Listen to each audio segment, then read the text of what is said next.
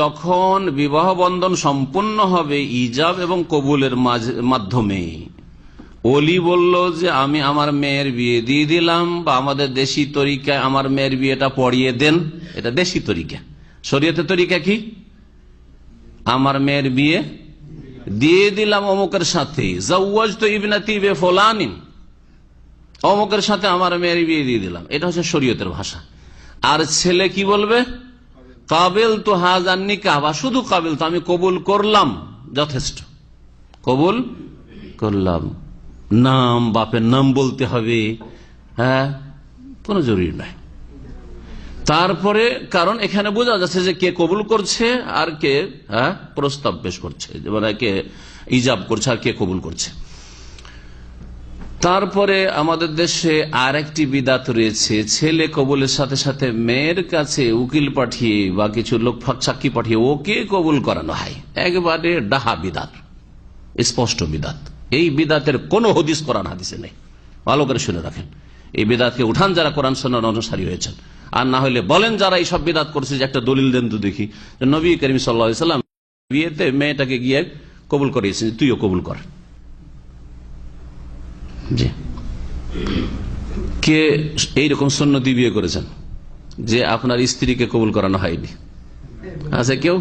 হ্যাঁ, একটা দুটো, অনেক বেশি আছে, বেশিরভাগ আছে। ঠিক, উঠে গেলে তো ভালো, আলহামদুলিল্লাহ। কোরআন হাদিসের দিকে ফিরে আসছে, বেদাত মুক্ত হয়ে কিছু লোকেরা ফিরে আসছে, চোখ খুলছে, অন্ধকার দূর হচ্ছে, আলহামদুলিল্লাহ।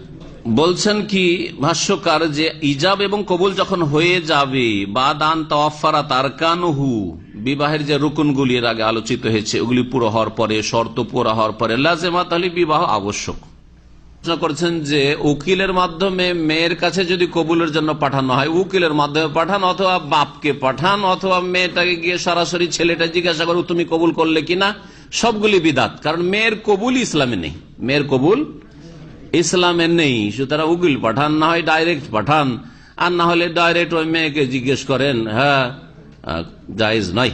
মেয়ের ক্ষেত্রে এর আগে শরীয়তের তরিকা বলেছি যে মেয়ের কাছে মেয়ের অভিভাবক আগে এজেন্ট নিবে, অনুমতি নিবে, যে তোমার বিবাহ লাগাচ্ছি অমুক জায়গায় অমুক ছেলের সাথে, তার কোয়ালিটি বয়ান করে দিবে, শিক্ষা, তার যোগ্যতা, তার অবস্থা ইত্যাদি, সে দেশে না বিদেশে, সে তার পেশা, সে কি কাজ করে ইত্যাদি, মোটামুটি তার জীবন সম্পর্কে এতটা জানিয়ে দিবে যাতে একজন স্বামীকে চয়ন করার জন্য যথেষ্ট হয়, এইটুকু জানিয়ে দেবে কমপক্ষে। আর তারপরে যদি মেয়ে রাজি থাকে, নীরব থাকে, যদি কুমারী, যথেষ্ট। আর যদি কুমারী না হয় তাহলে কথাই বলবে যে হ্যাঁ ঠিক আছে, তাহলে এটা এজেন্ট হয়ে গেল, এখন এর কাজ শেষ, আর কোনো কাজ নেই। আর এটা বিবাহের কথা পাকা করা অনেক আগেই জিজ্ঞেস করতে হবে এই কথা। বিবাহের দিনে কোনো সম্পর্ক নাই মেয়ের সাথে, বিবাহের আগেই, বিবাহের মজলিস বসাবার আগে এটা হয়ে গেছে। আর বিবাহের দিন ধার্য করতে হবে আর মজলিস করতে হবে, এগুলিও তো আমাদের দেশের ফর্মালিটি। শরীয়তের বিয়ে খুব সহজ। আজকে কেউ বিয়ে পড়াইতে চান, যদি কেউ কারো মেয়ের বিয়ে পড়াইতে চান, এর এখানে ছেলে থাকে, আর ছেলেও বলছে যে হ্যাঁ আমি বিয়ে করবো, আর ছেলের মেয়ের বাবা বলছে আমি বিয়ে দেবো, এক্ষুনি বিসমিল্লাহ, সাথে সাথে বিয়ে হয়ে যাবে। এইভাবে নবী সাহাবায়ে কেরামদের বিয়ে হয়েছে, সাহাবায়ে কেরামদের বিবাহ এইভাবে হয়েছে। খুতবা পড়া সুন্নাত, খুতবা পড়া সুন্নাত, বরকতের কারণ। আরে নিজের ব্যক্তি জীবনে আপনারা যদি একটু হক কথা না বলতে পারেন আর হকে প্রতিষ্ঠা না করতে পারেন তো কি করবেন?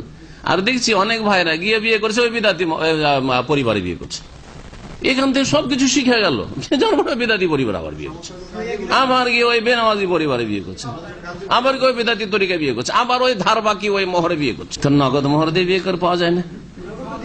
আর মার্কেটে মোবাইল কিনবেন, গেলেন এখান থেকে সি করতে, মোবাইল পছন্দ হইলো না, চলে গেলেন টয়োটাতে, টয়োটা পছন্দ হইলো না, চলে গেলেন এতে আপনার ইবনে খুলদিন, ওখানে পছন্দ হইলেন না, হইলো না, চলে গেলেন দোসারি টাওয়ারে। করছেন না? করছেন না? ওই রকমই আপনাকে ওইখানে বিয়ে করতে 5 লাখ টাকা কাবিনে, আর দিতে পারবো না, আমি কি করব, আমাকে বাধ্য করে লিখিয়ে নিয়েছে। এটা মূর্খতা, এটা মূর্খতা। আপনার কেনাকাটার মতো হচ্ছে বিবাহ, বিবাহ করতে গেলাম 5 লাখ মোহর চাইলো, বলেন মা আসসালামা, আমি 1 লাখ দেব নগদ, বা 50,000 দেব নগদ, হলে দেন, আর না হলে এই চললাম, ডিস্ট্রিক্ট কুমিল্লা শেষ। চলেন ব্রাহ্মণবাড়িয়া, চলে যান সিলেট, চলে যান দিনাজপুর, চলে যান রাজশাহী, চলে যান আপনি ঢাকা, এইভাবে খোঁজ করেন। ব্যবসা বাণিজ্যের ক্ষেত্রে আমার এই দেশে বসালেন ওই দেশে, আদান প্রদান আজকাল হচ্ছে না। মাল সামান নিত ইউরোপ থেকে, ইউরোপের সাথে সম্পর্ক খারাপ, জাপান থেকে নেওয়া শুরু করলো, জাপানের সাথে সম্পর্ক খারাপ কোন দেশের, কোরিয়া থেকে শুরু করলো, মালয়েশিয়া থেকে নেওয়া শুরু করলো। ওই রকমই জি হ্যাঁ, বিবাহ ঠিক ওই রকমই। আমারও পোষাইলো না, আপনার পোষাইলো না, থাকেন, আপনার মেয়ের অন্য জায়গায় খুঁজেন, আমি অন্য জিনিসের বিষয়, বোঝা গেছে, আইনের বিষয়। ওটা ধরেন ওই এজেন্টেরই বহিঃপ্রকাশ, অসুবিধা নেই। ওটা আসলে লিখিত বিবাহ এগুলি তো আজকাল শুরু হলো, আমাদের যুগে লিখিত কোনো বিবাহ ছিল না, মৌখিক বিবাহ শাদী হয়ে গেছে। আর বিদেশে যখন নিয়ে আসবো ফ্যামিলি, তখন আবার একটা সার্টিফিকেট দরকার এমবেসিতে, ভিসা বের করার জন্য, ভিসা স্ট্যাম্পিং এর জন্য, তখন খুঁজে খেজে করতে একটা সার্টিফিকেট নিয়ে এসে বা এফিডেভিট নিয়ে এসে আসলাম। এগুলো কোনো শরীয়তি বিষয় নাই, লিখিত বিবাহ হইতে হবে, এটা কোনো শরীয়তে সামান্যতম মূল্য রাখে না, মুখের কথাই যথেষ্ট।